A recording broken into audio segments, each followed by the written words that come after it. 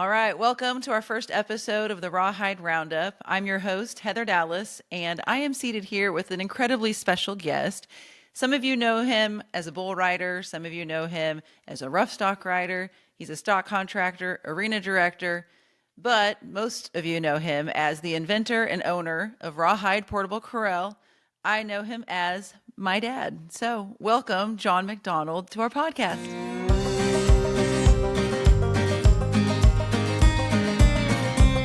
Hi, Dad. Heather. Thanks for coming. You're a very special first guest, so thank you for doing this for me. All right. I know we were kind of joking before we started that, where does this go? What is this whole podcast thing? And things have changed a lot since you started Rawhide. A lot. Yeah. Okay, so on this show, this especially with you, I kind of would like to break this into kind of three different parts of your story. A lot of people know you in different ways, and this can kind of tie all those together. So, you ready to get it kicked off? I'm ready. Let's go. All right, so let's start off with becoming John McDonald. I know tons of stories because growing up, you've told us a lot of stories. You're a great storyteller. The child, John McDonald, what is the earliest memory you have of knowing that you wanted to be involved in rodeo and being a cowboy? When I was 4 years old, we moved to Oklahoma. And my dad, being into horses, decided to become involved with the saddle club. So we got involved with the saddle club. I was already riding quite a bit. And with the saddle club, they'd have play days, little what they called shodeos. And I would run the barrels, run the poles with my horse. As a 4-year-old? As a 4-year-old. And they had calves there for the dads. Calf roping was really big in Oklahoma then in the late 60s. So a lot of the dads were roping calves during the day. And at the end of the day, when that was all done, the dads would run the calves into the bucking chutes and put us on the calves.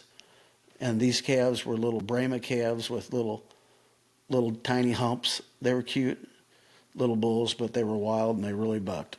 And they'd tie us on, open the gate, and it was just a blur. You didn't have a chance. So if you're a little kid doing this, are we talking like two-hand, like a mutton busting, No, or they wanted you to one-hand it? No, this was like you were going to do it as a big guy. One hand, and they didn't even let you nod. It was just they'd open the gate.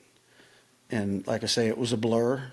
I didn't get to feel or see much, but there was just something about it. But by living in Oklahoma at that time, the thing that most kids did was rodeo, play baseball, or football. That was all big in Oklahoma. That's what all the kids in our saddle club talked about all the time. And some of the older kids had already started participating in junior rodeos. So my folks heard that there was a junior rodeo not far away. So Mom and Dad took us to the rodeo. And at that time, we'd always dress Western. The saddle club had a dress code. We had shirts and slacks that matched type thing. And we all had to wear long sleeves and cowboy hats. And so, I'm dressed like a little cowboy. And I go to this junior rodeo, and we're sitting in the bleachers, and I realize there are kids here not much older than me, and they're getting on little ponies and the bareback riding, bulls, steers, and I was more into watching the rough stock than I was everything else. But we did have some dads that were trying to convince me I needed to be a calf roper as I got older. And these guys were good calf ropers. So I was around some guys that could really rope, and they had already started showing me how to rope as a little guy. But there was just something about the rough stock. And I told Mom, I said, if these guys can do this, you need to make sure I get to do this. Because I was watching, kids were coming up to the bleachers and sitting down next to their parents, telling their parents what bull they were going to get on or what horse they were going to get on. They were putting their spurs on their boots and their spur straps, or boot straps, and all their garb, their chaps, and that kind of stuff. And it all looked fun to me and exciting. Gotcha. So I know I have memories from you talking about being very young, getting on steers and the junior bulls at Longford. So is that kind of when you progressed into getting on actual bulls at Longford? No, when I was, we moved back to Kansas, and when we moved back to Kansas, we were living in Abilene, and I was 8 years of age, and I would ride my bicycle all over town. And anywhere I went, I was wearing a cowboy hat, boots and a cowboy hat. That's just how I did things because I was going to be a cowboy. We didn't live in the country, but we had horses. And I would search out, even at a young age like that. And in those days, kids ran around town, nothing like things are today. And I wanted to be around, from my experiences in Oklahoma, we'd been to some really good Western stores and tack stores and saddle shops. There were a lot of those type things where we lived in Oklahoma. When I moved to Abilene, I sought that kind of thing out. And I found that there was a Western store up at the north end of town, Riddle's Western Wear. So I rode my bicycle up to the north end of town just so I could go in and look at stuff, look at saddles, look at, whatever there would be there cowboy-wise. And on the wall was an advertisement for the Longford Rodeo. So I asked the guy that owned the store what that was all about. And obviously I was reading well at the time because I read at the very bottom of this flyer, junior steer riding. So I went home and told my mom, I want to enter the junior steer riding. We're not doing like we were doing in Oklahoma anymore. This is my way of doing it. Let me enter the junior steer riding up in this little rodeo in Longford, Kansas. And Mom was a little apprehensive about it, but she let me enter that myself. I called the entry number at the bottom of the flyer. At the times it said you need to call to enter, and I called and entered myself in the junior steer riding. I told a little bit of a fib because on the flyer it said the age was 9 to 15 to ride in the junior steer riding. I was just 8, but I didn't tell anybody. I entered, and that was my first actual rodeo that I entered, paid a $15 entry fee, and participated. Okay, so that shop you were going to was Riddle's. Now, Yep. when did you get involved with Gerald Roberts and his shop? So upon entering the junior steer riding, I realized that I need some equipment. So I go back up to Riddle's to see if he had anything that would work for me. And he said, I do have some steer ropes and bull ropes in the back. So I went back and looked at those. And I can't remember how it happened that I ended up with a steer rope, but I can remember the steer rope was like $8. It was a grass rope in a little plastic bag. And I already had a pair of spurs, but they were just cowboy spurs that my dad had given me. And I was just going to ride in those. And I knew I needed shaps, but I didn't have enough money for the shaps. So the first year, I just went without shaps. Eventually, I bought a pair of shaps at that very store. They weren't even rodeo shaps. They were shotgun show shaps, and I'd zipped them up halfway so they looked like rodeo shaps. And they had been built by Gerald Roberts at Chaparral Leather Shop. So I asked Jerry Riddle, who owned the Western store where I was at, if ever I want to get a pair of rodeo shaps, where would I have to go? And he says, Gerald Roberts at Chaparral builds rodeo shaps as well, and he will measure you and custom build rodeo shaps for you. And then Jerry proceeds to tell me that this Gerald Roberts was a world champion all-around cowboy. And so immediately, and this is how John's done things his entire life, in order to be the best, you have to be around the best. And I couldn't wait to go out and meet him. But I needed money first. So I worked several odd jobs. I did some things throughout a year, shoveling snow, raking leaves, mowing lawns, and saved up money because my mother called out to Chaparral and asked what it was going to cost for a 10-year-old to have a pair of rodeo shaps custom built. And I think at the time Gerald charged $40. So I worked myself till I earned $40. And then Mom and I went out to Chaparral. I introduced myself as a 10-year-old to Gerald Roberts. And he immediately went into shap owner work mode. He measured my inseam, my outseam, my waist, the length and everything, got everything, and went around and showed me some styles on the wall and some pictures and had me pick out what I wanted. And I picked out blue leather with dark blue trim with clovers on the trim. And he suggested putting my initials at the bottom of the shaps, JM. And I saw later in life a picture of Gerald rodeoing, and his bronc riding shaps had GR at the bottom of them. So I understood later. So I did that, and so those were my first rodeo shaps, and that's how I met Gerald.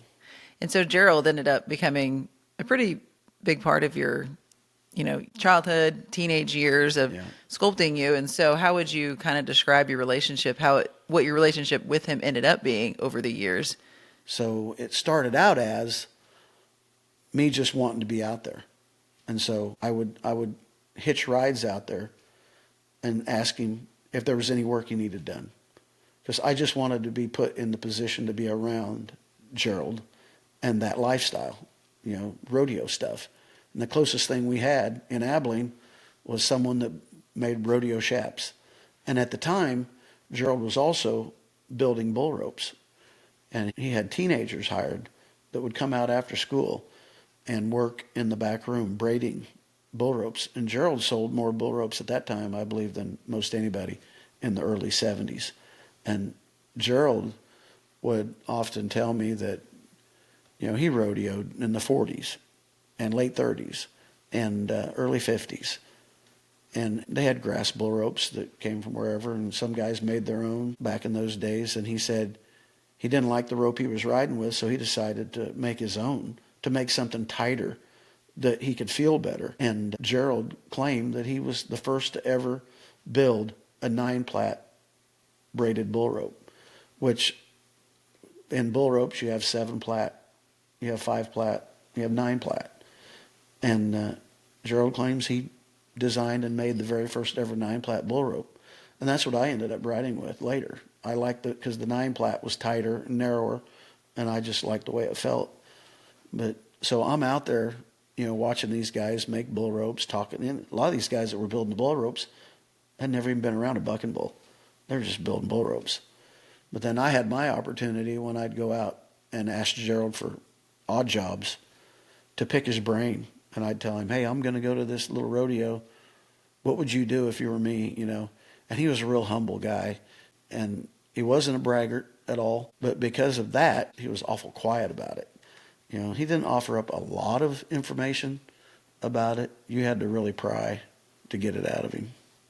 We went to his house after the Abilene Rodeo one year, and doesn't he have a lot of pictures on the walls from his past? He did. The house he lived in, since Gerald had been a world champion, as well as in the rodeo apparel and equipment business. And he was in the movies too, right? Yes, when he left rodeo early, he could have rodeoed longer than he did. He was doing well at the time he left the sport, but he left the sport for Hollywood to be an extra, have bit parts, and be a Hollywood stuntman. And, a testament to how good he was riding at the time. When I was in college, Jim Shoulders, the 16-time world champion cowboy, was promoting Miller Lite. He was doing light beer commercials for TV. And with that, they had a Brahma steer named Buford T. Light that was in the commercials. So Jim Shoulders was paid, if light beer was the sponsor of your college rodeo, which was taking place when I was in college, they'd send Jim Shoulders with this steer, and he would take the steer to the bars and lead him up to the bar and say, the beer's on Buford and I, and buy light beer for everyone that night. I was asked to be the guy that took Jim Shoulders to all the bars with Buford. And we got to talking. I told him where I was from and who I grew up working for. And he said Gerald was an awesome cowboy. And he said, had he not left early and gone to Hollywood, I wouldn't have won as many world titles as I did. And this is coming from Jim Shoulders. So that tells you what kind of cowboy Gerald was. Yeah, he lived quite a life of all those experiences. And so I think that definitely shaped how you did things, probably, having him as an influence. Yeah. And so, we go from there, high school rodeo, the high school national finals. You were the president of the Kansas High school rodeo. Yep. So high school rodeo, we leave there, you go to college at Dodge City, rodeo there, and then end up at Kansas State University. Yeah, I go to Dodge out of high school. At the time, I chose Dodge JUCO because it was closer to Colorado. My mom had moved to Colorado with her new husband, and I had been recruited by a lot of schools south in Oklahoma and some in eastern Kansas at the time that had good rodeo programs.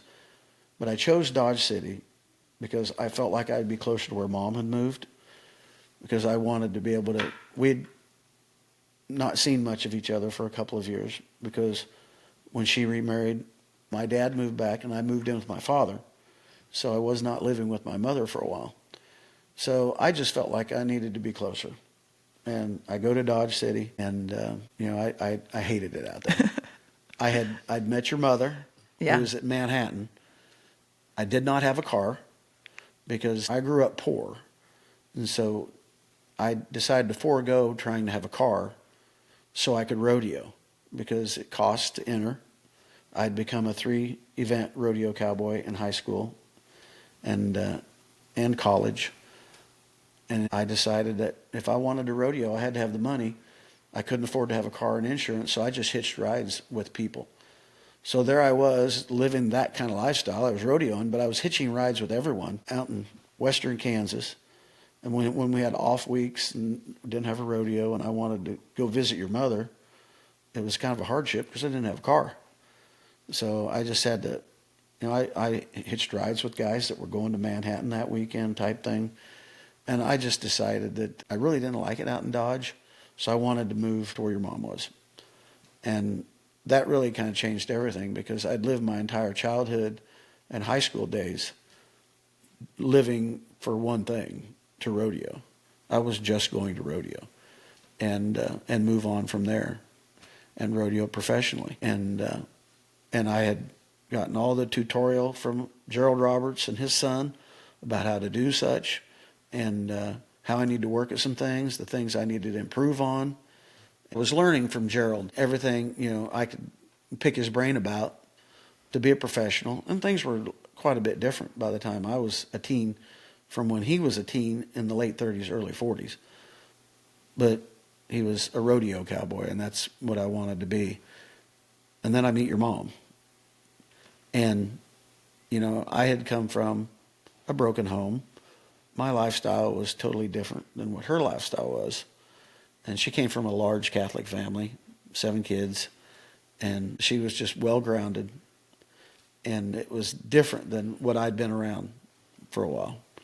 And I still wanted to rodeo, but it really shifted my focus big time. I gave up my standing in bull riding at the time. As a freshman, that was my first year at Dodge City that I decided to transfer to Manhattan, Kansas.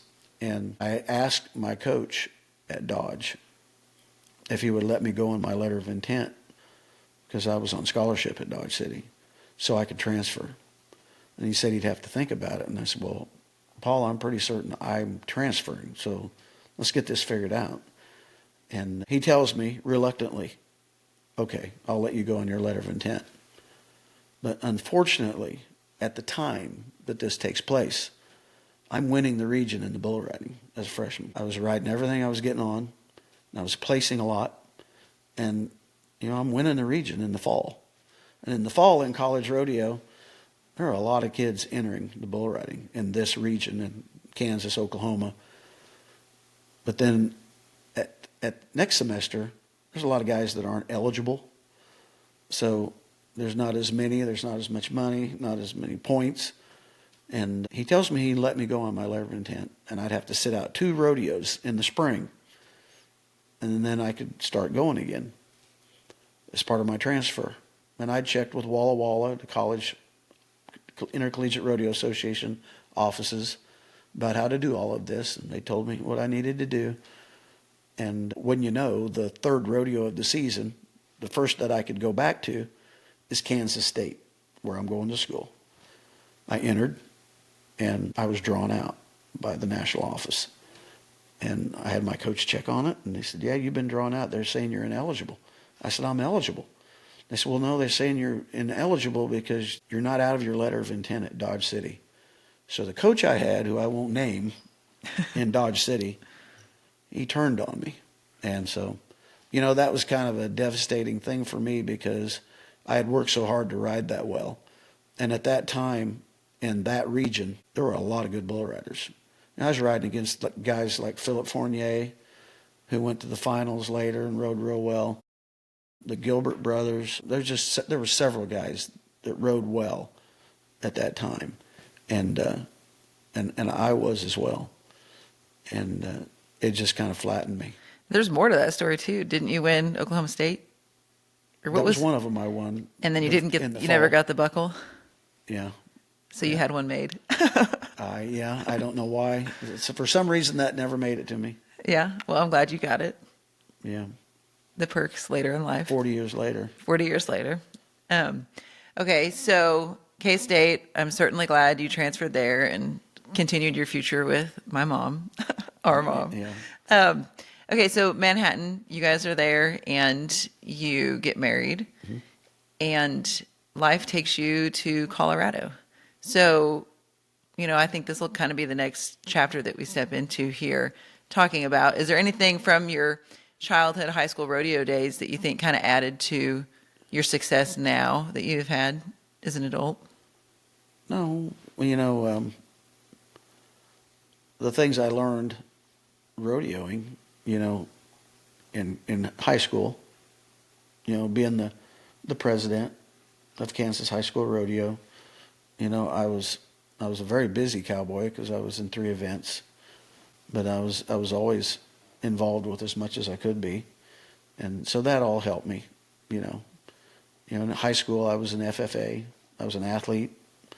I was always participating in something, and when I was going to school at Kansas State, your mom and I were both there in animal science. I was the kid that grew up in town and rode his bicycle around with a rope on the handlebars and a cowboy hat on. Your mother actually grew up on a farm in cattle operation. So, I had your grandpa to look up to then, because then there was somebody that I was related to by marriage that was actually doing some of the things that I wished I could have been around. My only involvement with the Western lifestyle was being a rodeo cowboy, the way I had done it growing up in Abilene. But yeah, from the time I was a little kid, I've been on a horse since I was very small. So when your mother and I moved to Colorado, I was planning on going to some circuit rodeos in the Mountain State Circuit and riding bulls, and I was going to break horses because we'd learned that Fort Collins had the highest rate of horses per capita in the United States. And I wanted to do things with horses, so I thought that'd be a good sideline for me to have if I was wanting to rodeo as well, because I'd be riding something every day. I was not going to be a full-time rodeo cowboy. Things had changed so much with getting married. We started having kids young that I decided I'd just be a circuit cowboy. So when you're a circuit cowboy, it's just a lot of weekend type stuff. So during the week, I was going to be training horses for a living. So is that really how you guys picked Wellington? Was just by looking and seeing where the horses were at? I was talking to somebody at Kansas State in animal science and telling them of what I wanted to do. And they said, well, if you want to do that, you should go to Fort Collins, because they have Colorado State University has a really good equine program, and Fort Collins happens to be the highest rate of horses per capita in the United States. And I had been to Colorado as a 11, 12-year-old with my father in the mid 70s, and we went to Fort Collins to do some work, and I really liked it. I liked what it was like up there. So I convinced your mom that that was what we needed to do. So that's why we headed to Fort Collins. And I knew also that when I looked at the Pro Rodeo Sports News and I looked at the standings in the bull riding, that there was a person in the standings that's address was Fort Collins, and that was Jerome Robinson. And I had watched Jerome my entire childhood going to the finals, when he'd go to the finals.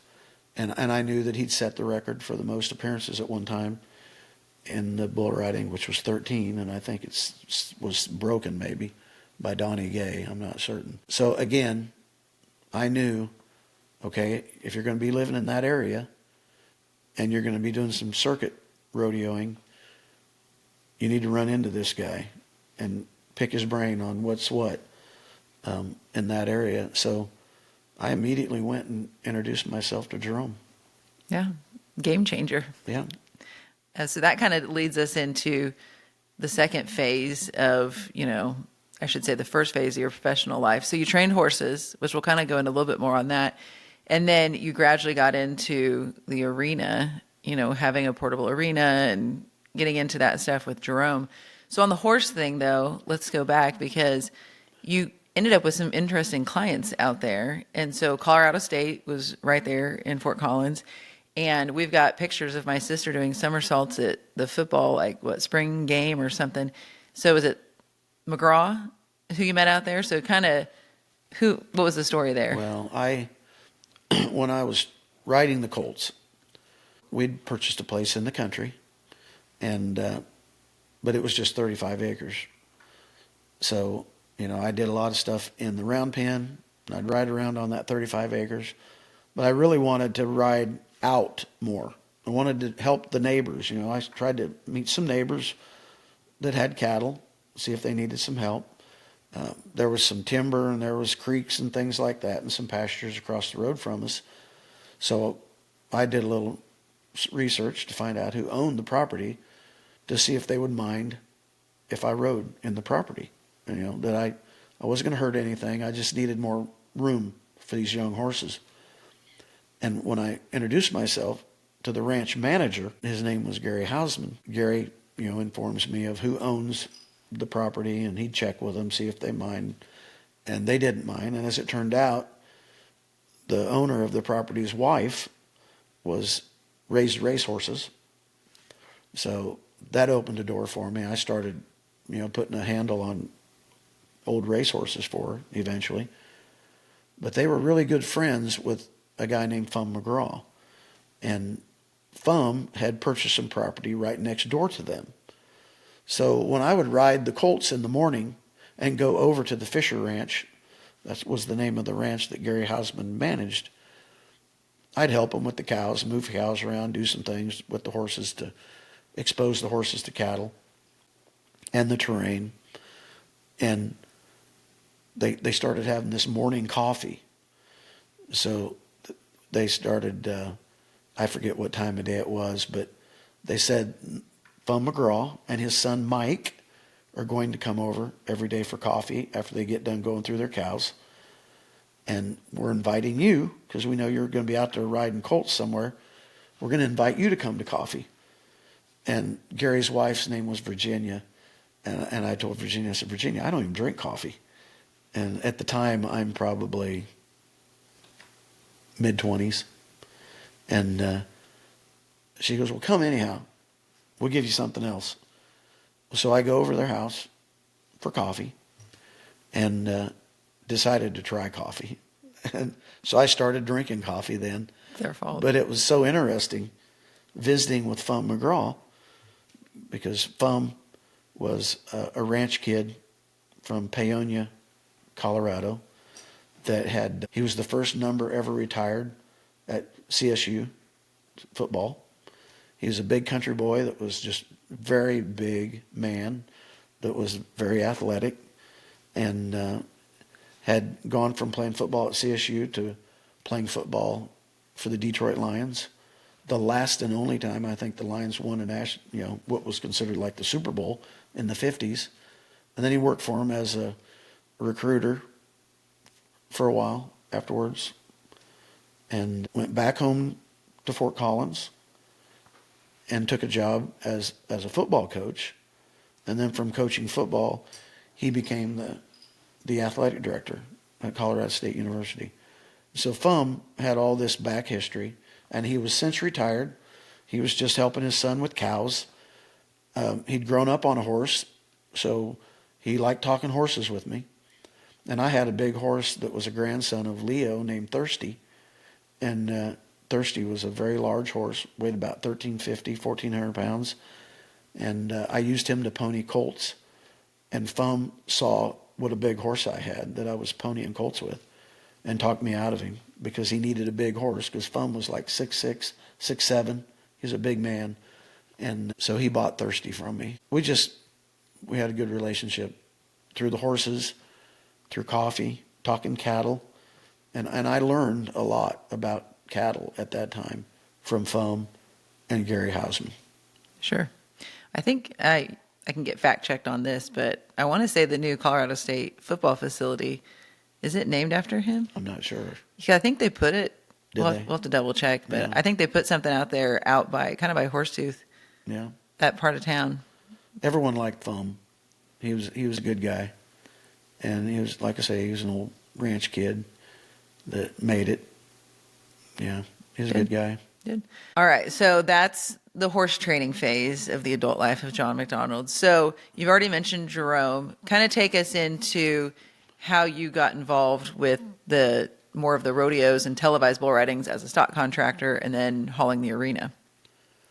So in my meeting Jerome Robinson and bothering him and picking his brain like I did, I'd go over there every day, it seemed like, for a while. I'd take a break from riding some colts, and when I took my break in the afternoon, here I'm doing coffee in the morning with the guys over at the cattle ranch, and in the afternoons I'd check in on Jerome, just so I knew that Jerome had gotten into the production part of rodeo, and I was just staying up on things with Jerome. And I bothered him enough that he finally asked me if I'd like to help him some. And he says, we do some winter rodeos. Would you like to go with us to do some winter? He did Casper and Portland, Oregon, Tacoma, Washington. Are those like PRCA? These were PRCA rodeos. The first one, though, Casper, the first event I did with him was the tail end of the Winston Pro Tour. I helped set up in the arena signage and the equipment and stuff like that with Jerome for that event, for the Pro Tour. Just one event that we did. And then some of those buildings that had done the Pro Tour, Jerome kept those dates and those building, what's the word for it, sites, for regular pro rodeos in the future. Because the Pro Tour was a team sponsored event. Different sponsors, like Winston, back when they would let cigarettes advertise. Winston had a team of cowboys from, in each event. And then, Coca-Cola had cowboys and cowgirls in each event. And it didn't last. But Jerome saw that he was getting fans, people in the stands at those events. So was he taking the arena at that time? Yes. Okay. So he decided, since the Winston Pro Tour is not going to be back in Casper, I'll go back in Casper with a pro rodeo. And he had a complete portable arena. So I found that I was more comfortable with that aspect of working for Jerome. He hired me to drive one of the rigs and then set up the equipment, and then feed the livestock and that kind of thing to help him with these events. So Jerome was more of an office kind of guy. Although Jerome would get out there and get his hands dirty and help you work when I worked for him. He was so busy with the rest of it, the promotion and that kind of thing, that he was real good at delegating things. And he put me on the arena with Bob Donaldson, who'd been a national finals bullfighter. And Bob had since retired from fighting bulls, and he was working with Jerome. So, I was learning how to set up the portable arenas in these venues around the country. And it was just once in a while, because then I was going back home, and back home, I was still breaking horses for a living. So I was trying to coordinate working for him when I scheduled horses and that kind of thing, so I could do both, because I still felt like I wanted to be around rodeo a little more than what I had been in the years about that time prior to that. So with doing all of this, Jerome lived in a part of town that he had neighbors, and he just had like a half acre where he and his wife had some corrals for their horses. But he didn't have room to set up his own portable arena. His portable arena was on a semi, and he parked it at a neighbor's place. So we were visiting one afternoon, and I was letting Jerome know that I had built myself a buck and shoot and set it up at my house, and I was going to start going to the sale barns to find some hot bulls that I could possibly buck and practice a little bit at home and develop some bulls. And when I told him that, and here I worked really hard on building this one buck and shoot and setting up this little pen to buck bulls in, and Jerome says, well, why don't you just set my portable arena up? And I said, okay, because I had the room. He didn't have room at his place. So he brings the semi over, and a tractor. We unloaded everything, set it up. We had 3 lefts and 3 rights, back pins, and an arena the size we needed to buck bulls. And Jerome would bring tryouts over once in a while and buck that he'd find. We bucked some horses in this arena as well. And, that was going fine. It was a way for us to kind of go through some animals and a way for me to do that kind of thing.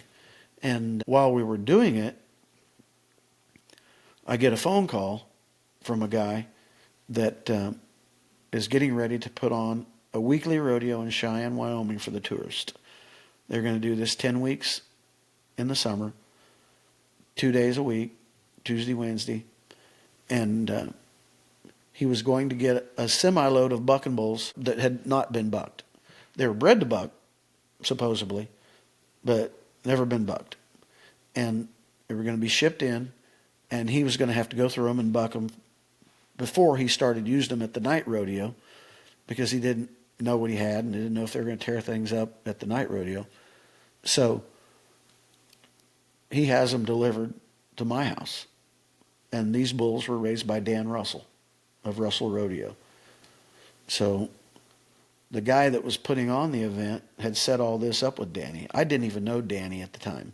But when I'd gone to Tacoma and Portland with Jerome, Dan Russell was one of the stock contractors. Western Rodeo was one of the stock contractors.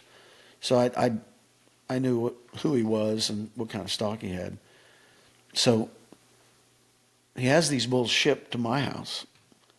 And so I'm helping this guy that's putting on this event take care of these bulls and go through them. We put the word out to folks that we were going to be bucking bulls a couple of nights a week so we could get these bulls bucked, so we could find out what was what. And then meanwhile, the guy that's doing the event in Cheyenne just left town. He left town, and then I get a phone call from Danny Russell saying, hey, I've never met you, but you have my bulls at your house. And I heard that the guy that was doing the event is gone. I said, yeah, I guess he is, because I said, I'm feeding these bulls, and I really can't afford to feed these bulls. But if you would let me keep these bulls here, I'll finish going through these bulls to find out what's what. And I can charge these kids. I was charging guys $10 a piece to get on these bulls to figure out what we had. And then as it turned out, the folks that were the sponsors for the night rodeo in Cheyenne called me and asked me if I'd be willing to take it over. They heard I had the bulls, that I was bucking the bulls still at my house. And I said, well, I'd have to put together the rest of the stock. but I know just the person that can help me do that, and that was Jerome Robinson. So Jerome, he would throw some bucking horses in for me to try. I'd go to sales and buy spoiled saddle horses that were bucking people off. I'd go to Miles City to the bucking horse sale and buy some colts. So all of a sudden, I'm the stock contractor for a night rodeo in Cheyenne, Wyoming. And it was a good place to develop the young animals, and it was a good place to develop young cowboys and cowgirls as well. Sure. We have very fond memories of that rodeo. It was at the Terry Bison Ranch, which was brand new. And so you've got buffalo in the background.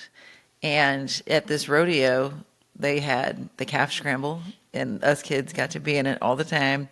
And then we had our old quarter horse, Skip. We would run barrels very slowly, but we ran them, and they let us do it. I mean, I guess, let us do it. And so You guys were very little then. we were young, very young, yes. And then afterwards, you would take everybody to Flying J on our way back to Wellington. And At breakfast. you would have breakfast, and we would get hot chocolate with whipped cream, and Ethan always fell asleep in the booth. Yeah. No, those were good memories. I'm so glad that you did that and you got that start as a stock contractor. So, so that was a great experience. So where do you go from there to bull riders only, televised bull riding? How does that transition happen? So the night rodeo had its own bucking shoots. What had happened was the promoter that was doing the event before me, he had made a deal with Prefert. Prefert was just brand new, taken off with rodeo type equipment, bow gates and things like that. So he had all this Prefert equipment that was set up there, but he had WW bucking shoots. And WW at the time, old WW that was from Dodge City, Kansas, those guys, they were trying hard, and they were making the first bucking shoots that, were really user-friendly and clean. You'd had, prior to that, Powder River was real big in the rodeo equipment. And there were a few others, but mainly Powder River and WW were it. And so the recognizable thing about the bucking shoots that the night rodeo owned that were WWs were the fact they looked just like the bucking shoots used at the national finals. That's what was used at the NFR were WW bucking shoots at that time. And since I'm already doing things with Jerome at my house with equipment, and the equipment that they had up at the night rodeo to go with the bucking shoots was not holding up. The early Prefert stuff, just everything chained together. It didn't have a pinning system. So it was just too sloppy. They weren't holding up at all for rough stock. So I called Jerome and asked Jerome if I could lease some equipment from him. And he told me that he'd lease me some stuff. So I had some of Jerome's stuff with me that I used. And I was using the night rodeo's WW bucking shoots. Well, the word gets out that I'm bucking bulls for Danny Russell at my house. And then we had some pretty good bulls. I had several bulls went to the national finals that I started for Danny that went through the night rodeo. And so these guys that had rodeoed that were from the Cheyenne area in Laramie were getting ready to start a televised bull riding series. And they were trying to put the pieces together on how they were going to do it and who was going to help them do it. And one of the last things they hadn't decided was equipment. They had already contacted Jerome, I think, and talked to him a little bit. Jerome, I don't think was interested because he didn't think it was going to make it. And because he just didn't know anything about it, I think. And next thing I know, I get a phone call from the president of the Cheyenne Night Rodeo. He says, hey, there's some guys getting ready to start a televised bull riding series. And there's some old bull riders. You might know some of them. And he told me who they were. And I knew a couple of them. Dennis Humphrey from Cheyenne, who'd gone to the NFR in the bull riding. I knew Dennis. I'd actually known Dennis from when I was in high school because Dennis qualified for this thing they called the Nestea Challenge when I was in high school. The top 4 bareback riders from certain states and regions got to go to qualifier events, and you just kept working your way up. And they were having a Nestea Challenge at the national finals for teenagers on bareback horses. And I went to the first one, and where one of them that Dennis was at. And then Dennis went on. He was 3 years older than me. He was a senior when I was a freshman. And he actually got to ride at the NFR for the Nestea Challenge. So I knew Dennis had gone to NFR in the bull riding. I knew him from back in the Nestea Challenge days. And they said they're interested in our bucking chutes to use for this series. But they need somebody to set them up. And you're the one that's been taking them apart and setting them up. You need to call these guys because they're not real sure what they're going to do. So I called and I talked to Kevin Hartwig, is the phone number they gave me. Kevin was from Denver. And they said, yeah, we've already got an event scheduled in Tacoma, and we've hired a local guy to bring some equipment.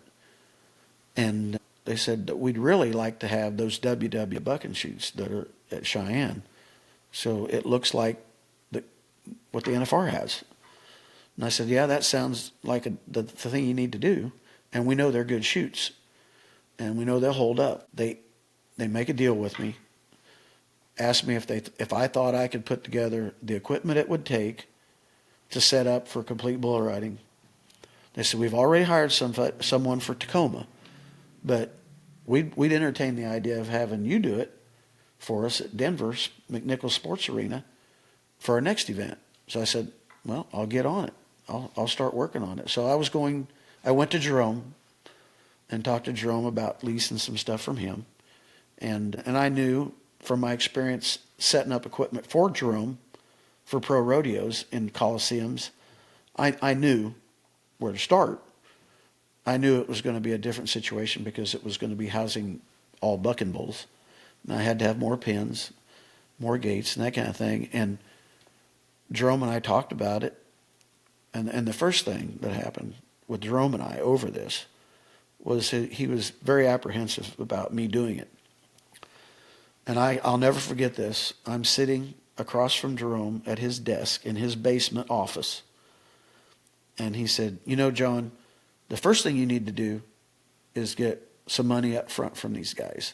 Because these things, people want to do things like this and they just don't make it. And then you get left out, hanging out with all your expenses and no money. I said, well, that's good advice, Jerome. So I did that. The next day, I called those guys and asked if I could get a deposit, of which they sent me. And then the next thing Jerome says to me is, he said, John, my advice, he says, don't get your hopes up. He said, folks don't want to just go and watch guys ride bulls. He said, they want to go and see the pretty girls on the horses. They want to see all the other events. They want to be entertained with the glamour of a rodeo, the flags, the parade, part of it. He said, just a bull riding, don't get your hopes up. I don't think it's going to work. And this is the guy that, until he passed away a couple of years ago, had been the only arena director and production guy for the PBR since it started. So I don't know what he was thinking that He day. changed his tune. You convinced him. After a few years at BRO, he realized. Yeah. Well, it was going okay. Those guys hired me. I saw footage of the first event in Tacoma. The equipment was laughable. And here I'd been doing this with Jerome. And I knew what it took to hold up to the animals, to have something safe for the cowboys and the animals. And that stuff that was in Tacoma was not at all. I had a lot of sleepless nights prior to Denver. And I wanted this to be right.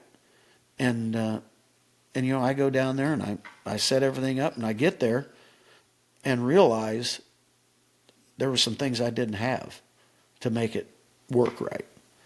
When you buck bulls out of left-hand deliveries and right-hand deliveries, you center load so they come up the middle and they turn right when they're going to the lefts, they turn left when they're going to the rights. And in doing so, they're making a 90. So we have what's called 90-degree corners for lefts and rights for rodeo equipment, and I didn't own such a thing. So the night before, I'm trying to figure out how I'm going to do this, because my experience with Jerome was, when we set up for Jerome, he didn't have 90s.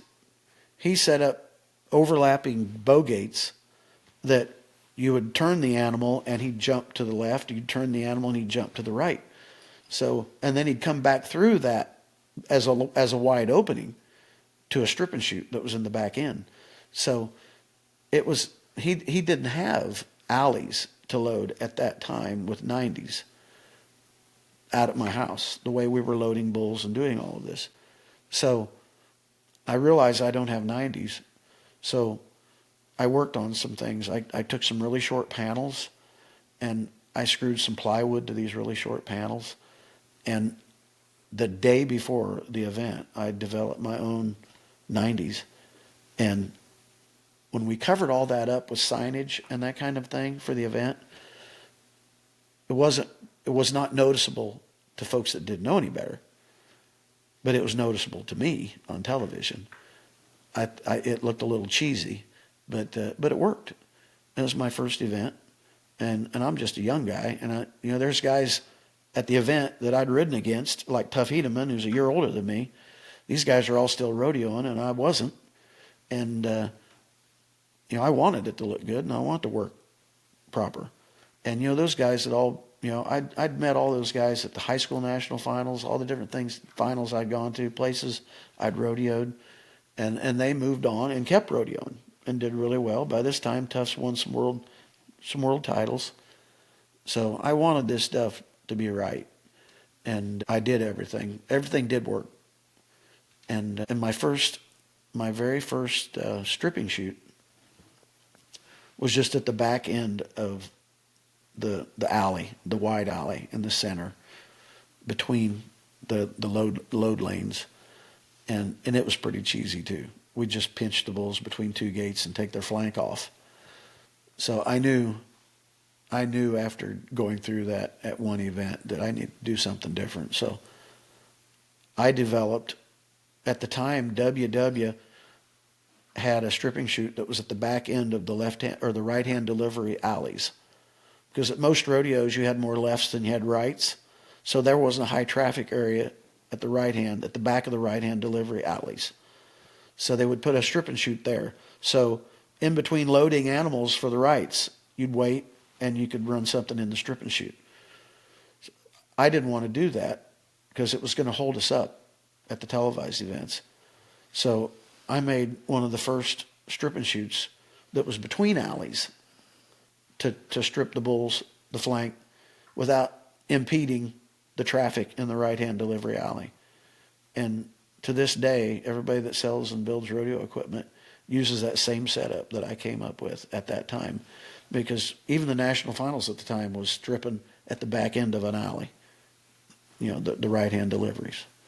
Sure. But just little things like that I learned while you're there.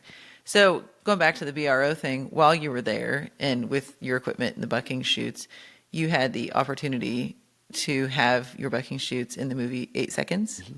So give us a little bit of a backstory there. I know from growing up hearing the stories, but your bucking shoots were there and you got to meet the actors, Luke Perry and those guys, and just kind of that experience. So what was that like? So by the time we do an event in San Diego, California, I had transitioned out of the WW bucking shoots. Those bucking shoots did not belong to me. They belonged to the folks at the Cheyenne Night Rodeo. Jerome Robinson was using bucking shoots that were built by a neighbor of his, and they were built all together, sets of 3, and they were made out of square tubing and rectangular tube. They didn't look like the National Finals bucking shoots, but they were easy to load and unload off of a semi. And the way they were designed, you didn't have the slide gates in your way, so it didn't impede putting other pieces of equipment inside the bucking chutes and up against the bucking chutes when you hauled these things. So I asked bull riders only if they were okay with me having these sets of 3 bucking chutes that were painted silver I said, they're not the round tube like the NFR buck and shoots that you've been used to. And they said, if you think it makes it faster, we're all for it, because there were a lot of times I had to set up the day of the event. Dirt would come in at 5 in the morning, and I'd start setting up at 11 or 12, even later sometimes. So they were okay with all of that. So before we go to San Diego, I was asked if it was okay if they did some things to my buck and shoots when we get there, because the director and producers of the movie they were filming, 8 Seconds, was going to take place at the event. So they wanted to be able to paint my equipment. They were doing NFR scenes at that event. So they wanted to know if they could paint my equipment to look like the national finals. And I said, that's fine, you can do whatever you want, but the equipment is all square and rectangular. And they said, we'll take care of that. So we get there, I set up my equipment for the event, and then the film crew came in. And these guys were painting everything. And they brought glue, they brought rivets, they brought aluminum strips, they brought pipe insulation, they brought all this stuff, and they're like artists. They're stripping that pipe insulation off, gluing it to the rectangular tube. They're gluing it to the square tube. They're making my equipment look round, like the WW shoots that were at the national finals the year that they're filming for, that Lane was riding at in Tough. And I was shocked that they looked like, when I stood in the arena and looked at them after they were done, it's like, yeah, they kind of look like the shoots of the NFR. And then all that stuff, when it's done for television or movies, it's at such a glance and such a flash when it's happening that it's hard to pick out imperfections. I learned after doing televised events with equipment. So, they pulled it off. There are some scenes, and I've only watched the movie once, there are some scenes where you can see when the bull leaves the chute, the foam would come off inside the back of the buck and shoots. But now I have to rewatch it. Yeah, that was fun. I was watching them talk about some people that I'd competed against. When I first, Lane went to some of the same junior rodeos I went to, and was at the high school national finals the same years that I went. Lane's just a couple weeks older than me, and I was privileged to be a part of it because he was a good guy, and he rode so well when we were young that I remember thinking that this is almost not fair. He's so far ahead of us. He was riding so well young, but all deserving of everything he did. He was a good guy and a good bull rider. So I was proud to be a part of it, and it was kind of comical to see how Hollywood does things. And I've watched a lot of movies about the cowboy lifestyle or rodeo, and they're pretty hokey and they miss it. They just don't get it. That movie did a pretty darn good job of it, 90%, I'd say, of hitting it. The night that this takes place, they brought bulls in for the actors to get on. And so I'm looking behind the buck and shoots for some old plugs that they brought in for these actors to get on. And, this is being done at a commercial break between an actual event. And Tough is there, entered, and I think Lambert was there, and the guys that portrayed them were getting on bulls. The guy that portrayed Cody Lambert was not getting on a bull, but the guy that portrayed Tough was getting on a bull. Stephen Baldwin, and Luke Perry was getting on a bull that was portraying Lane. And they run these bulls in the buck and shoots. And I'd been doing the Bull Riders Only series that year on the West Coast with BRO, and so with my equipment. So, I'm a bull guy also. I remember all the bulls. I know the bulls. And I see the bulls that are being run in, and I was like, what are they running that bull in for? I thought, he's just going to sit on this bull in the buck and shoot for a picture. Next thing I know, they're saying, start rosin his rope. So Baldwin and Luke Perry were actually getting on some bulls that I'd seen at some PBR events that could really buck. And the first one Baldwin gets on, I can tell he's watched all the footage of Tough he could possibly watch. And he was trying to act and do everything in the buck and shoot just like Tough.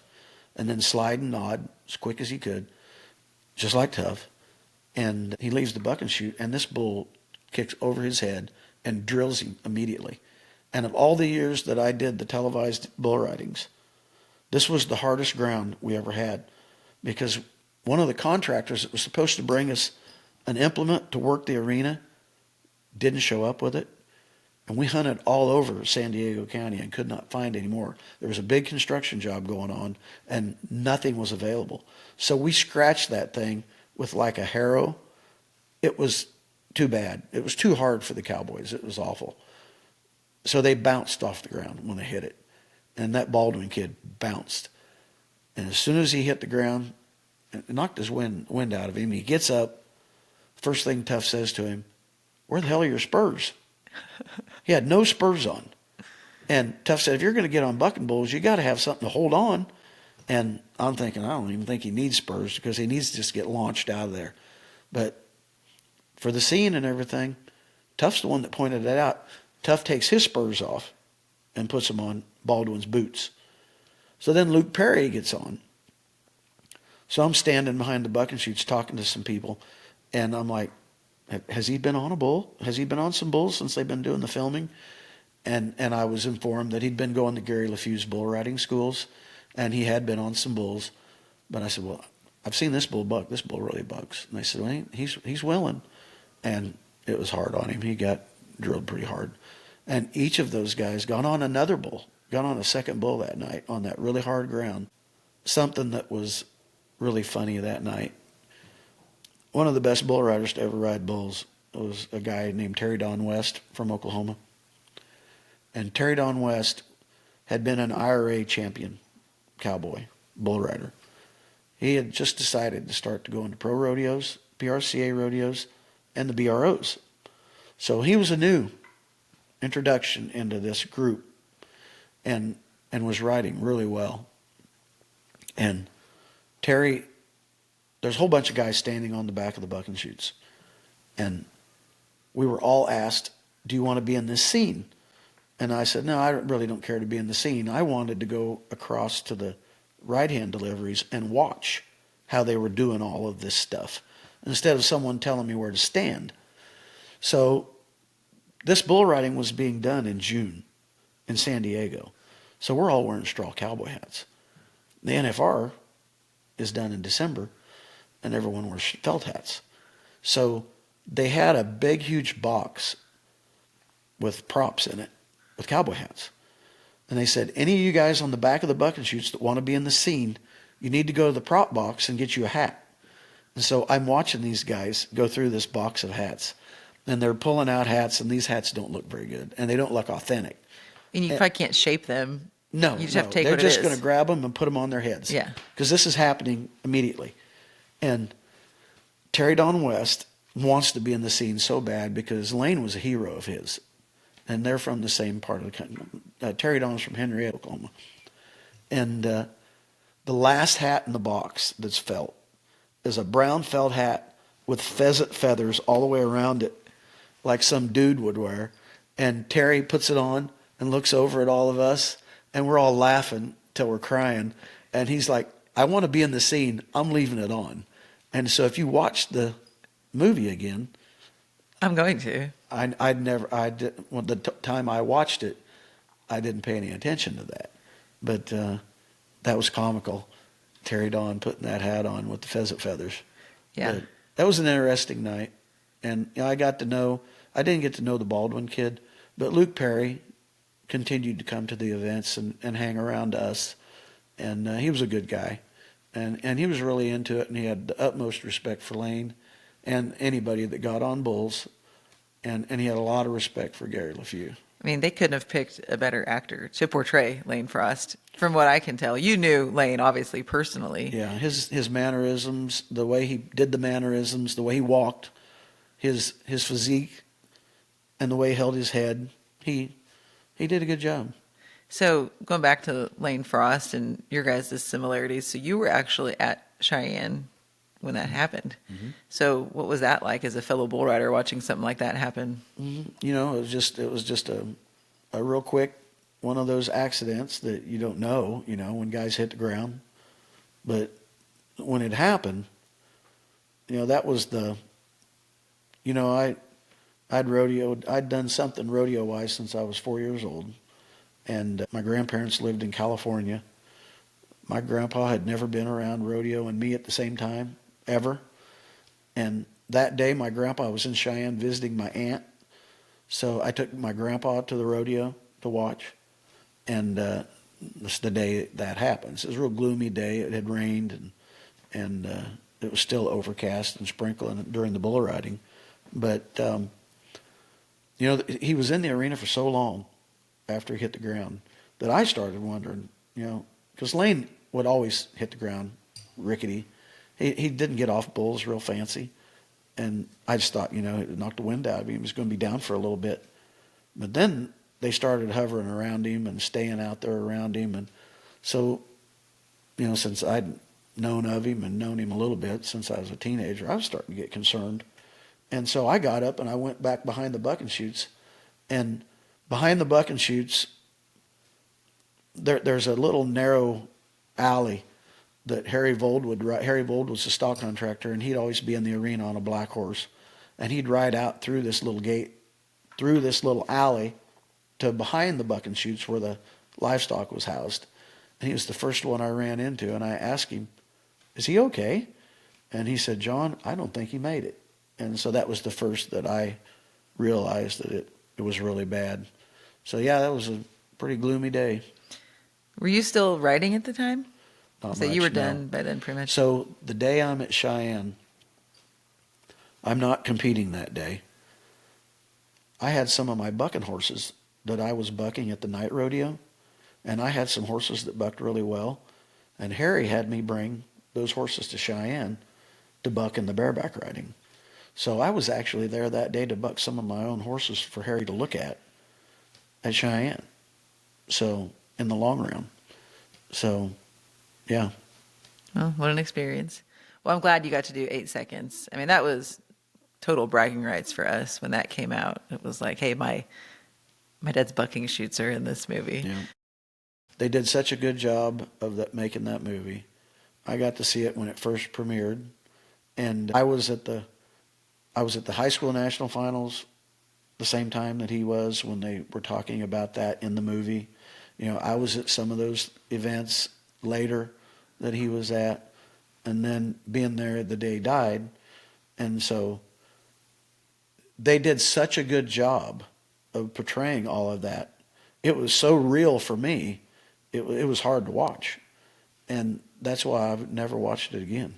But because I witnessed it and I lived it, you know. So. Yeah, for sure. Okay, so there's a little bit about your background with Bull Riders Only, getting started with televised bull riding. So kind of give us a little bit of a background on your transition from Bull Riders Only to moving to Kansas and then developing what everybody really knows, the Rawhide Portable Corral. Yeah, so when I was doing the televised bull ridings, you know, setting up that equipment as often as I did, you know, several times a month, all year. I started, besides the televised events, I'd lease my equipment out to other folks for rodeos. And Jerome even leased me out for some things like the Coors Showdown in Scottsdale. I was really getting an education on what that kind of equipment could take as far as abuse from livestock and people. The construction, you know, it's something I hadn't thought about ever in equipment. And I didn't have any plans of any sort to build my own equipment at that time. We were in Long Beach, California, and that particular evening, Danny Russell of Western Rodeos had a semi coming from Oklahoma. He had just purchased 30 new bulls from somebody in Oklahoma. So they've got this semi-load of bulls that he's going to sort bulls off of this truck, the better ones. Some were for rodeoing with, and then some of them were for the televised bull ridings. He also brought his semi with the bulls that he'd been bringing. So all of a sudden, Danny Russell's like having 2 stock contractors instead of 1. And his bulls don't get along because they've never been together. And we were having a hard time that night with my housing, having room for all the other stock contractors' bulls, and then having room for Danny's split herd that was large. So we had bulls. He had bulls that had been together in the past, but he hadn't been keeping them together. That he said, you know what, I have some on my truck that we could maybe put together. So we crowd these bulls together in a corner, in a pen, thinking they'll be good there. Maybe they'll get along. And he thought these bulls would get along, but they weren't. And we'd always leave the alley open that was before the lead-ups, the narrow alleys, for when we'd get ready to use it. And Danny's like, we need to do something. That bull's going to kill my other bull. So I ran over there and I popped the pins on the panel to open the panel to where the bull could get into the alley, because the pins next to the pin the bull was in were all full, and the bulls were overloaded over the gate to exit that pin. So the fastest way to save this bull was just open the panel and let him out. And when I popped the pins on the panel to let the bull out, the panel swung back up against the panels and the gates on the outside in the alley, just like you shut a gate up against it. And at that time, I realized that, most panels that have pins and clips, you could pin the panels together, but when you tried to fold them up, they'd get in a bind. But these particular panels were designed with post. So you had 4-way posts that you'd pin the panels to. So the clips would shift around the pin on the post, and then the post would swivel a little bit. So it just created a way that you could swing those panels, and it was almost like hinging a gate.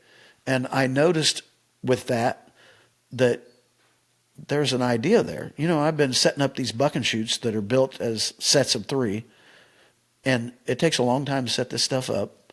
And I was always trying to figure out ways to make my setup faster.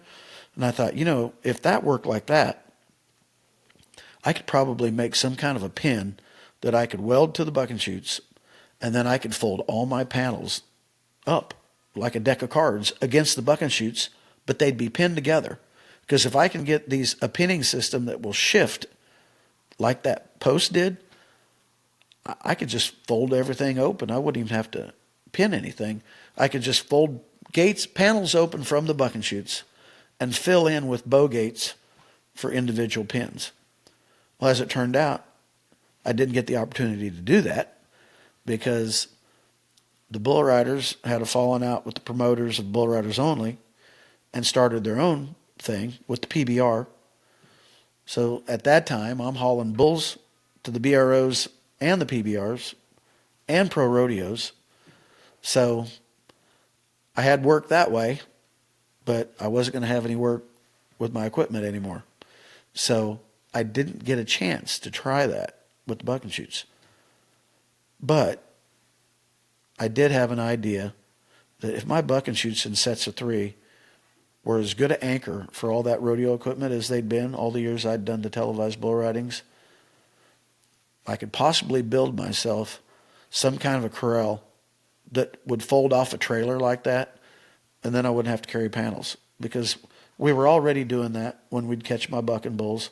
We were taking that equipment out and setting it up. It'd take about 4 hours, and then we'd catch everything, and then we'd have to tear it apart and take it back home. I knew that I could do something better. So I went home and started welding in my shop on a post that you could pin to that would swivel in a way you could fold everything up in a way that it hinged like a gate, but the panels would fold up flush to each other like you'd stacked them. And I just started tinkering with it, thinking I can make myself a little trailer where I can drive out there and just fold it open and catch my bulls.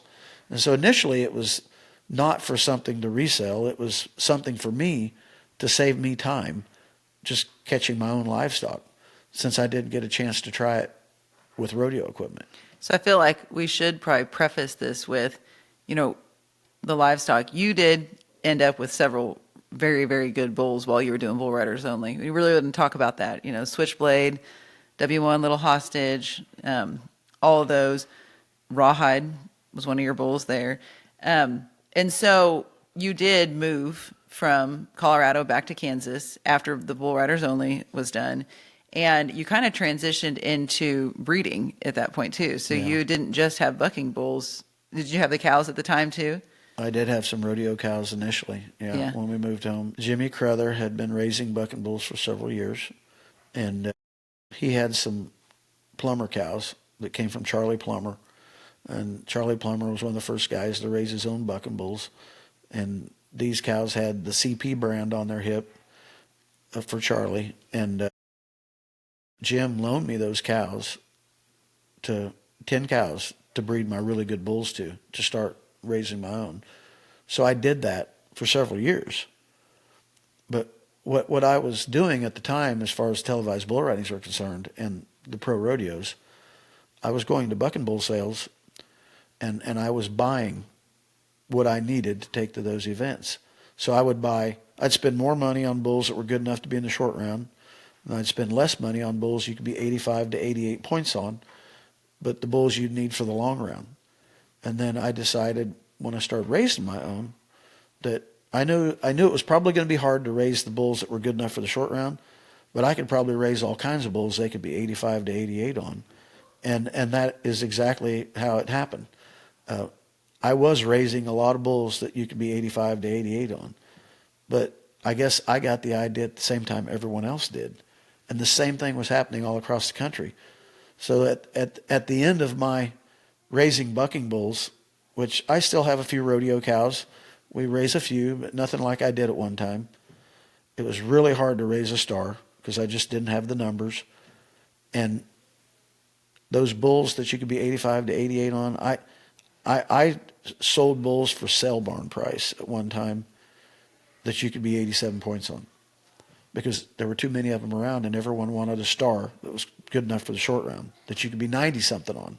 Yeah, well, definitely. The visual for me from growing up in the bull riders only days, when you guys put on an event, semis would come in with the bucking bulls.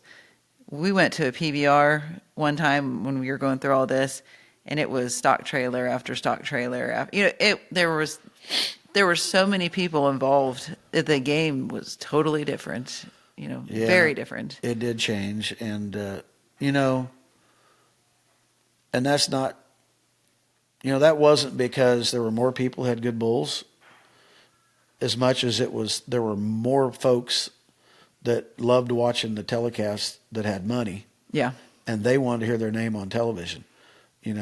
Unlike some of us that worked our butts off to have a bull, myself included, being the guy that had ridden bulls at a time back in the 70s and 80s when stock contractors had one or two good ones and just a bunch of bulls that weren't much. Being able to go someplace and get on bulls so you knew you could be, you had to ride it. If you rode it, you were going to win something. Not if you rode it, you were going to go home because you were 70 points. And I took pride in that, because at one point, and I think my streak was broken at one time not that long ago, I had a bull just fail me completely one of the last times I went to a PBR. But I got into a conversation with Cody Lambert one time to remind him that I'd been taking bulls to PBR events for quite a while off and on, and they've never been less than 85 points on one of my bulls ever. And it was that way for the longest time. And then something broke my streak, when the classic started, and I took something to an event during a classic event, and the bull spit the bit and ran off. But I took pride in the fact that I wasn't bringing bulls that were going to drag people off on the fence. I was bringing something that if they stubbed their toe, they'd get bucked off, or there were bulls couldn't buck any of those guys off, but they were going to at least be respectable to help them get towards the short round. And I did take pride in that. But there got to be so many people that just wanted to hear their name on television, and money was no object, that it was getting hard to make money at it. And at that time, I was there was a time I went to a PBR event with a semi and had it full between my bulls and another guy I was partnering with. And, those days are done now unless you're HD Page. Well, part of that is a testament, I guess, to what bull riders only started. I Yeah. mean, it grows, and the popularity for televised bull riding is there. Well, I went from being the guy that was getting paid $200 an out for the long round, $300 an out for the short round. There weren't a lot of guys doing it, so a lot of my bulls were getting bucked twice. So there were bulls making $400 a weekend. And back in those days, the short round would be on the last night, and the short round bulls had been out in the long round, so they made $200 the first time. Then they make $300 when they come back the second time. And I'd usually have 4 or 5 in the short round in the early days. And I was getting paid trucking to take those bulls. I forget what it was, $2.85 a mile or $2, I forget. But with what I was getting paid per out and what I was getting paid for trucking, it was decent. But that's all I was doing at the time. Meanwhile, while I'm doing Bull Riders Only, when Bull Riders Only is starting to fall apart, my mentor with the equipment and production, Jerome Robinson, takes the job doing the same thing with PBR. So there was no room for me with equipment because Jerome's already there doing it. So my avenue was going to be bulls. And it was okay for a little while, and PBR pretty much used me regionally. They'd use me in this part of the country. They'd use others on the West Coast and deeper south. So it got to where, I wasn't making enough money at it. To have the kind of bulls I had to have, I just wasn't making any money at it. And I had the idea to do this little corral for myself. And the more I drew it up and the more I thought about it, I decided maybe I'll do this. I will raise bucking bulls for a living because I have all the contacts. I know the kind of bull it takes. Let's see if I can raise one like that. And I'll build a handful of corrals. I'll try this corral thing just for part-time. And it went the other way. The corral business, full-time job, and the bucking bulls became a hobby. But that's how the whole bucking bull thing transitioned into the equipment thing, was because I wasn't making enough money doing what I loved. I wasn't making enough money doing the bull ridings at all, regardless of how many events they hired me at. I didn't have enough good bulls because they cost too much. And I thought I'd try the corral, and I just started promoting it and pushing it and doing a lot of R&D with my rodeo livestock. I figured they were hard on things. That'd be the perfect animal to do this with. And it worked out. It showed me the weaknesses and the strengths of what I was trying to do, of which, has evolved so much in the last 20-some years. Sure. So when you started, I remember you doing the first pinning system and panels in our shop in Miltonville. What kind of time frame was it between when you really first put it together and had the plans to moving to Abilene and really starting to produce them? Well, in 2000, when we were still up at Miltonville, I was working on that stuff. I'd built a panel with the pinning system, and I'd done a lot of drawing. When I was going to the bull ridings, still taking some bulls to some events around the country, I did a lot of drawing on napkins, and I was constantly thinking about it, how I could make this thing work. And then since we lived, pretty far out in the country, I knew we needed to be close to a pretty decent sized town so I could do this, rent a shop, build the prototype, see what would happen. I wanted to move back to Abilene where I grew up because I knew there were facilities there we could use. I needed to reinvent myself again. So we decided to do that. Went back to Abilene.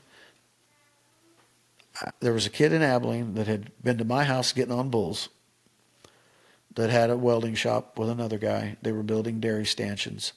And I asked him if I could build some stuff in his shop. So he allowed me to build in his shop and to use his tools. to build my prototype. And he even helped me with it. So that took place in 2002. So for about 2 years there, I was tinkering with things at a small scale in a little shop, just experimenting. I didn't build anything of any size. I was just building panels. I was just building a couple of panels. I was putting pins on panels to see if they were going to be able to fold like what I anticipated from what I saw the night that I unpinned the corral in Long Beach. Gotcha. And so in the early days, you would literally build a corral once you got your setup done, build it, take it to a show, sell that actual piece, and then start over, and as you got the word out. So kind of explain that in early process. So the early process, I built the prototype in this friend of mine's shop, and we found a buyer for it. So he comes and he buys the corral. I immediately put the money back into building another one and stayed in contact with him and asked him what was working, what wasn't working. And he kind of gave me some ideas on some things I could maybe do a little different and a little stronger in certain points, of which I've done all these years with with the end user. And so we'd build another one. I'd take it to a show. And initially, the shop I was building it in, the owner, the kid that had the shop was going to be a partner with me. He thought it sounded like a good idea. And at the same time, I think I was still going to a few rodeos. No, this was prior. Prior to that, in 2000, when I was still working on it, I did a few rodeos with Mike Servey. And I was at Houston. And I was telling people about what my idea was and what I was working on at home. And a guy said, well, there was one of those corrals here at Houston at the livestock show. And so I had him give me a description of where it was. I was going to go over and look at it. I thought I was the first person to ever come up with anything like this. I didn't think there's anything like it out there. So I go over to look for it, and it's gone. So I asked around. I said, I was told there was a portable corral on wheels that you could fold up here. And they said there was. And they said it was built by a high school kid in his FFA project, as an FFA project. And the owners of the company that he'd copied, because it wasn't his idea, he just copied one that was being sold so his dad's family farm could have one. And they found out that he'd done it, and they threatened to sue him if he didn't cut it up. So I learned two things that day. I learned there was a portable corral on wheels already, and that they were real serious about suing people because of their patent. So then I started researching and found out what this other corral was, this first corral. And the more I researched and checked it out, the more I realized the only thing we had in common was a wheel on a panel, and we caught cattle. After that, and you pulled it with a vehicle. After that, that was it. My idea and what I was working on was so different. So I continued to research and make sure that I wasn't doing anything to infringe on this other corral. And I received one threat letter from the manager of the company once. Never been phoned by an attorney ever, because I didn't. Mine was so different than what that corral was. And I studied their patents so much, I found where their independent claims were and what it talked about the most, that what I had to stay away from. And in my research, I found out there had been panels with wheels on them all the way back in the 1800s that had been patented. So that wasn't it. It had to do with their transport wheels. But I wanted to make sure, because I didn't want to infringe on that corral. And so I did. It took me a little more time to make sure I was doing things the way I wanted to not infringe on that corral. So that slowed me down a little bit. But then I started building them and going to farm shows, and I would take the corral I'd built to the farm show. Back to why the person that I was building the corrals in his shop didn't stick with me as a partner, because that company sent a nasty letter to him that they were going to own his shop if they let me build corrals, because it was an infringement, which it wasn't. I find out later because we worked at it. But so I think that's why he decided he didn't want to participate in the corral. So I moved into a different shop that was like a 2-car garage. So in this next shop, I would cut parts on Monday. I would start assembling everything on Tuesdays. I'd get it built on Wednesday and Thursday, and I would clean everything off. I'd put tarps over everything, my welders, my saws, and I would paint it in the same room on Friday. And I'd let it dry, and then I'd assemble it. And sometimes if it was really nice outside, I'd paint outside. And I had a few neighbors get on me about that. But yeah, I'd build them. I'd build them per show that was coming up. And it had revolutionized portable panels and corrals in a way that, people are excited about it. It wasn't hard for me to sell people on it once they saw what I was doing. And based on how the first portable corral on wheels that had existed already for about 15 years was working, the folks were able to see that mine wasn't as labor intensive and it was easier to pull down the highway and those kinds of things. So, that other corral helped me sell corrals based on their existence. And that company still sells corrals. But the difference back then was I'm brand new product. He'd been around. I priced mine pretty much the same price. I've added so much more to mine now that we've separated each other. Now theirs is more basic of a corral, and that particular corral stuck with that all these years, and I've continued to make changes. Yeah. So there's a couple things getting started with Rawhide. Now, I do think it's interesting how you came up with the name Rawhide. So I've always thought, we had a bucking bull named Rawhide. Mm-hmm. But then when we lived in Colorado, there was the Rawhide energy plant just north of us. So where did it really come from? There's 3 things. Okay. There was a TV series in the 50s called Rawhide about cattle drives. My boss, Gerald Roberts, the world champion rodeo cowboy, that was one of his biggest regrets. When he went to Hollywood to be a stunt man and an extra, Gene Autry was putting together a European tour of rodeo cowboys. So Gerald was offered a small part in a new TV series called Rawhide. He passed on it to go to Europe with Gene Autry, and the European tour failed. Autry left those guys in Europe. They had to get jobs to earn enough money to get themselves back home, because Gene Autry just came back to the States. So that was one of Gerald's biggest regrets to me when talking about what he had done in Hollywood. He really wished he'd have done the Rawhide thing. And I always remembered that. And then when we lived in Colorado, there was what was called the Rawhide Energy Center north of where we lived, north of Fort Collins. And that energy center was really pretty. It butted up to the Wyoming border. They had buffalo that they turned loose to graze that. And I just always thought that was cool. And then, because of those 2 things, Rawhide, the TV show, we have Rawhide Energy Center right down the road from our house.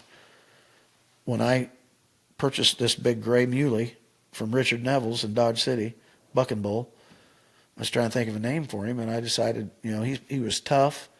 He was hard to get out on. He was always trying to climb the inside of the bucking chutes, and his hide was always raw.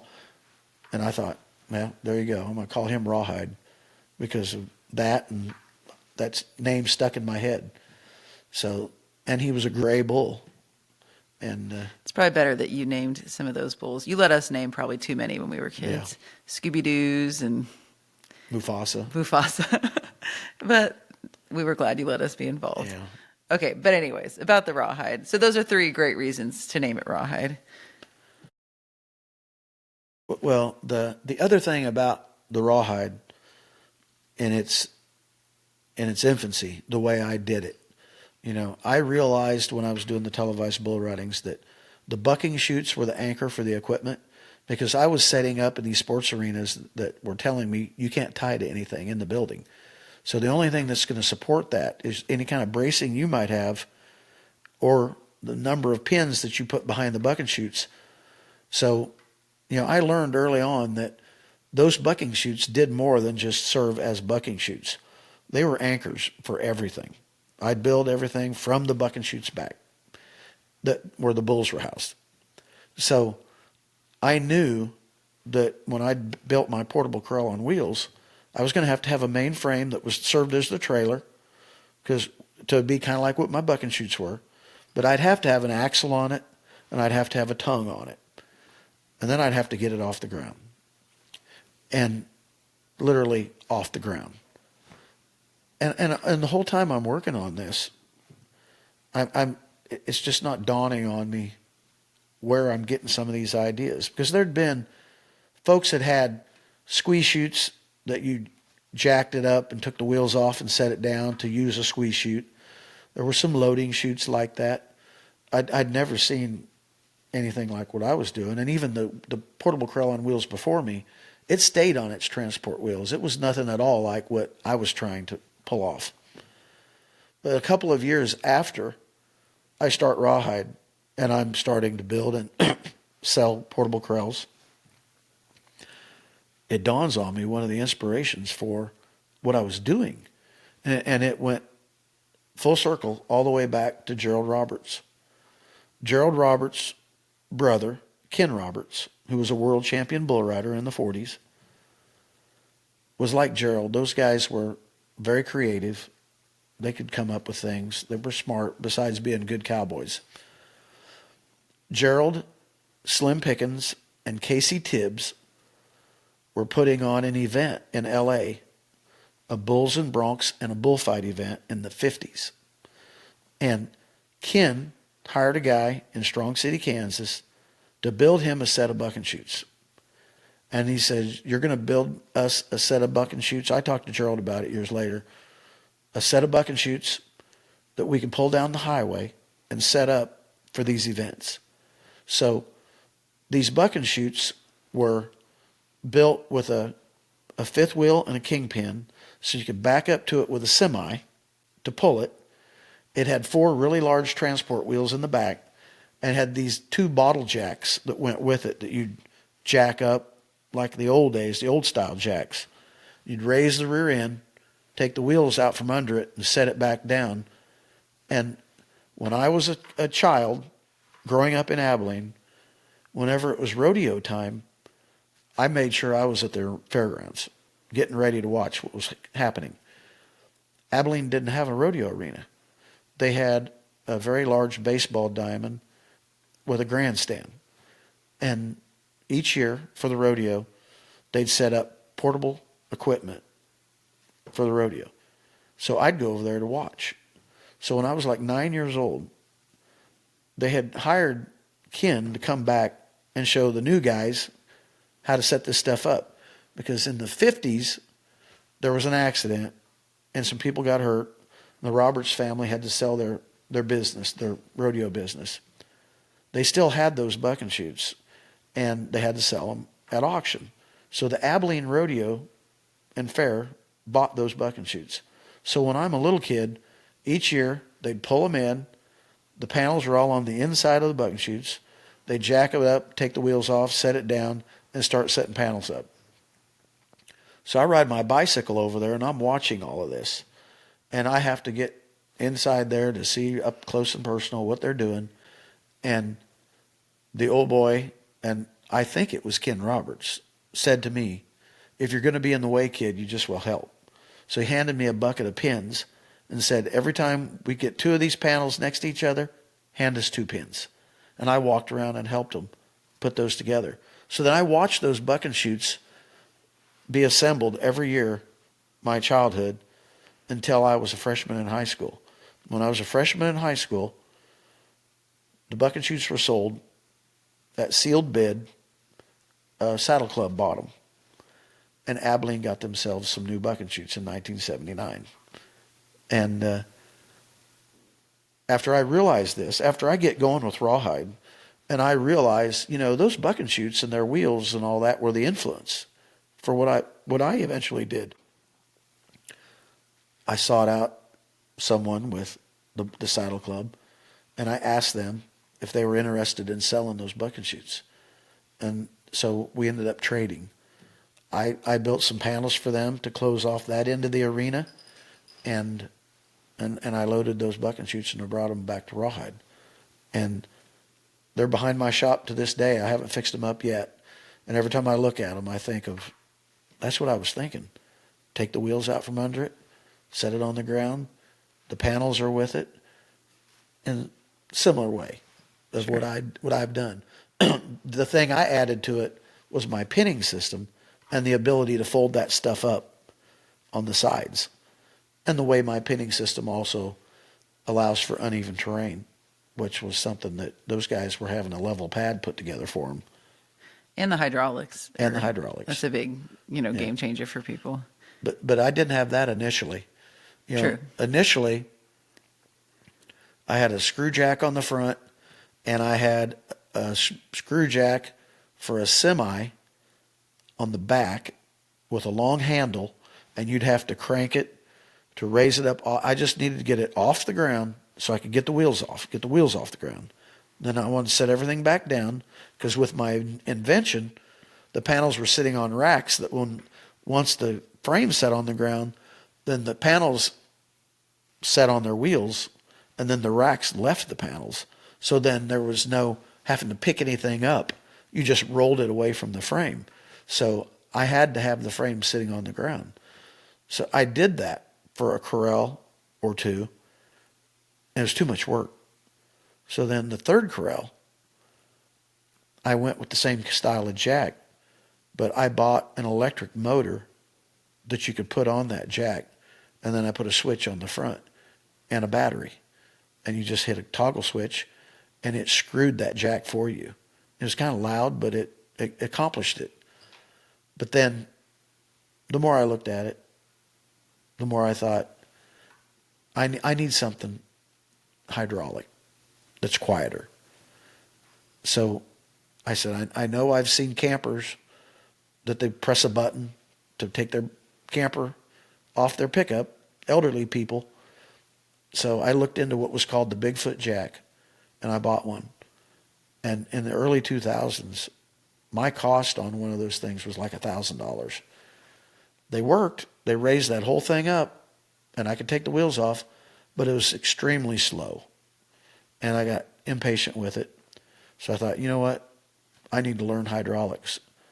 And I'd witnessed a lot of farmers and ranchers before bale beds were invented, just having a spear on the back of their pickup, and they'd tilt it with a hydraulic cylinder back into a bale and pick it up, and they had a switch inside their pickup to operate the cylinder via a little power unit, and the power unit sat right on the back of the pickup. So I thought, all I need to do is raise one end. Surely if that can pick a bale up at that angle, I can use the same power unit and raise the back end up. And so I started doing that, and it worked. So a lot of trials and tribulations came with being an entrepreneur and a business owner. Give us kind of a rundown, as much as what you want to say, of your early years of Rawhide and some partnerships that you went into in the patent process. And yeah, I know it's not fun to talk about. I tell people you're kind of the perfect American story, that the ranching and ag community is amazing people, but we've kind of learned on the business side, not as much with some of the experiences you've had. So what I learned, there's, like I tell you guys at Rawhide to this day, what we have going for us is originality and honesty. We have the truth because I did everything on it from start to finish. I know everything there is to know about it. And I didn't build it initially to make money. I built it to save labor and for myself. And we have that going for us. And I guess I was under the assumption, as being a cowboy all my life, someone who lived by a handshake, that everyone else was just like me. And that's not the case. You know, we always heard when I was young, stay away from those horse trader kind of guys. You know, they'll get to you. And I did not realize until I invented this product that there were a lot of people in the livestock equipment world that were like a bunch of, you know, stealing horse traders. And it's unfortunate. You know, still to this day, I have the truth. And, you know, I've not pulled anything on anybody. Yeah. I will say, I think it is good to know, and I'm proud to know, you went through a lot of phases with Rawhide and got a patent on that pinning system. I mean, you went through every loop. And unfortunately, at that time, you had partnered with a company you trusted, as you said. And as soon as you got that patent, they petitioned it. Because of a loophole of letting them see what I was doing. Yes. Under the assumption that my being naive, thinking if I was partners with them on this thing, then the rules were the same for each of us, which I was wrong. They were still considered to be the general public and privy to seeing something that I was doing within my year's grace, which I did not realize. And those guys had come around looking at what I was doing at a time I was not at the shop. And unfortunately, where we were, things got put outside, out back. We didn't have a fenced-in lot like I do now. And guys came around looking at what I was doing when I was gone someplace else. So it's unfortunate. And, you know, I had to reverse engineer every pinning system that had ever existed since the last century of patents. And I tied up enough things that there wouldn't be any other portable corrals until now because of what I'd done. But with me asked by my attorney and others to tell, you know, is there any way they could have seen what you were doing? I told the truth and said yes, because I had to set that stuff outside at that first shop that wasn't my shop. And people came around and saw it. And I just told the truth. And those other guys were trying to take my thing anyhow. And they petitioned against my patent with the United States Patent Office. I'd worked real hard at getting that patent, and I had it taken away from me. Yeah. On the pinning system. The kind of the unfortunate part of it, and I don't know, you can say the name if you want to or not, but that you could use that equipment for a long time. You know, that was the really crappy part. So yeah, well, and you know, it didn't happen just once. You know, I trusted too many people. Yeah. And you know, the first portable corral on wheels was around for 15 years, had a monopoly on it, and folks were trying because they saw the convenience of it for people. So all those companies were trying, but that first corral had such a good patent that folks didn't get around it. And I was the first one that came up with something on my own, not even knowing about that other corral, in a different format. You know, I was looking at it from a rodeo buck and shoot aspect, and not to mention the fact that the buck and shoots at Abilene, when it comes to a piece of livestock equipment that you raise up, take the wheels off, and so on, in the patent world, that's considered prior art. So anything that was taking place before me, like the other portable corral, should be looking into that stuff as well. So I learned a lot of tough lessons with all of this, but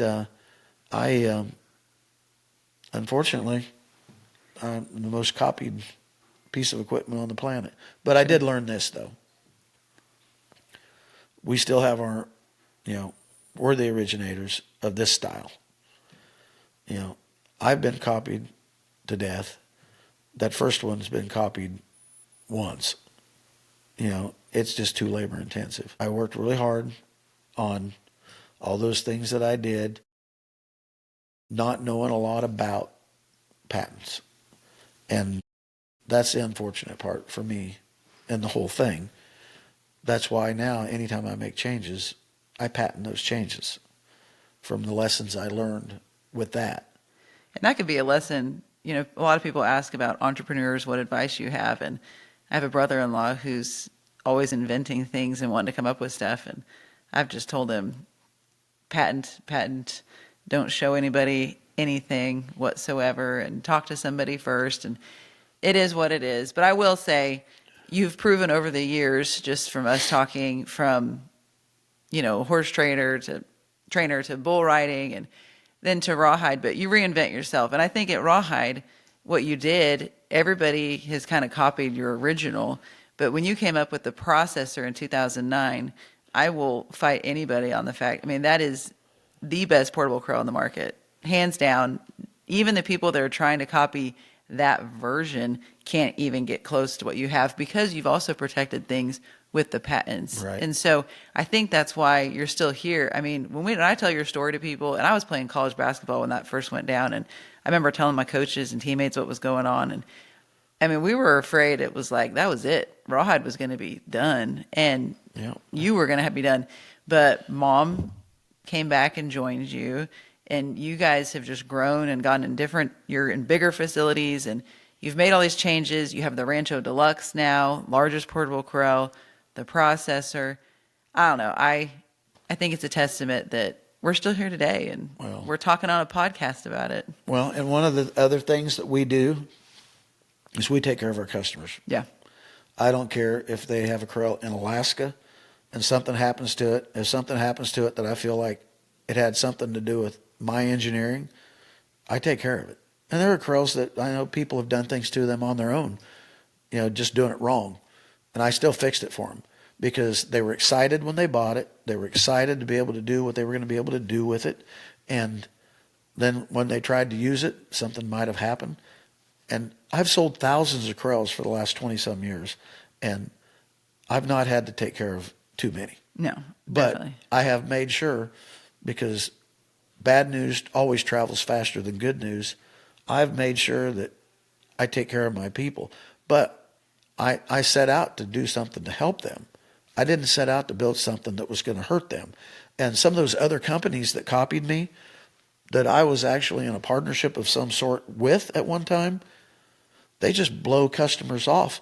I've had people call me that are having problems with their corral, and then we find out it's not even one of my corrals, but it's my design, and I send them parts because the other company wouldn't help them. So I send them things and help them get their product back on the ground when the other companies wouldn't. Sure. And I've had that happen several times. Yeah. And one of the reasons with this podcast, when I set out to start this and just in the communication and on social media, we still get, and I just got one 2 nights ago, how is this different than the WW Express, or how are you different from Lynn? And 23 years later, and a lot of people still don't know the story, and they don't understand the differences between the two as much as, they have to call and talk to us or come talk to Wyatt at a show. And so I feel like this is a way, especially talking to you, it's a way for people to understand how you came up with the design, and that so much thought goes into the design. I don't think people are getting that from the other companies, because they maybe can't even explain why it's like that. That happened when I was first, when those companies parted ways with me initially. When all that happened, there were things that I had put on the corral for particular uses that the new people, those that stole it, couldn't even explain what it was used for. So then they'd come to me at the same show and say, well, they don't even know what that is over there, because they didn't. Because when you pirate something, you didn't get the owner's manual.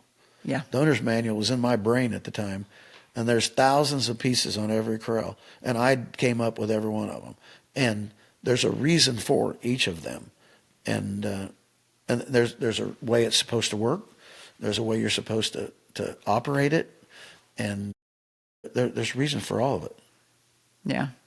No, I think that's great. And I think it's great how you say, we have the truth. And so positive, you've stayed positive all these years. You've never tried to drag the others down. I've never copied anybody else. Never copied ever. anybody else. I even tried to get you to say names in this podcast, and you wouldn't even do that. So it's good. I'm glad you are how you are. But yeah, so I think on this podcast, I'm going to visit with our customers and kind of hear how they're using it, and we'll hear good experiences that people have had, and dealers. That's one thing you've changed in the last couple of years. You went for 20 years Direct sales. Direct sales. You wanted to talk to everybody yourself, and which is great. But right now we only have 11 dealers, and the thing about those dealers is they have a great relationship with us. You did a lot of work and meeting and making sure that they are an extension of our Rawhide family. And so I want to have them come on here so we can visit with them, and our potential customers and customers can feel like they get to know them. And it's still a family business. Sure. Even through that extension. And so, we're proud of Rawhide, and we're proud of what you've done. And Yep. yeah, so All right. thanks for coming on the podcast, You're Dad. welcome. Okay, well, stay tuned. We'll be bringing more people on, and that'll be a wrap for the first episode of the Rawhide Roundup. Thanks, Dad. Yep.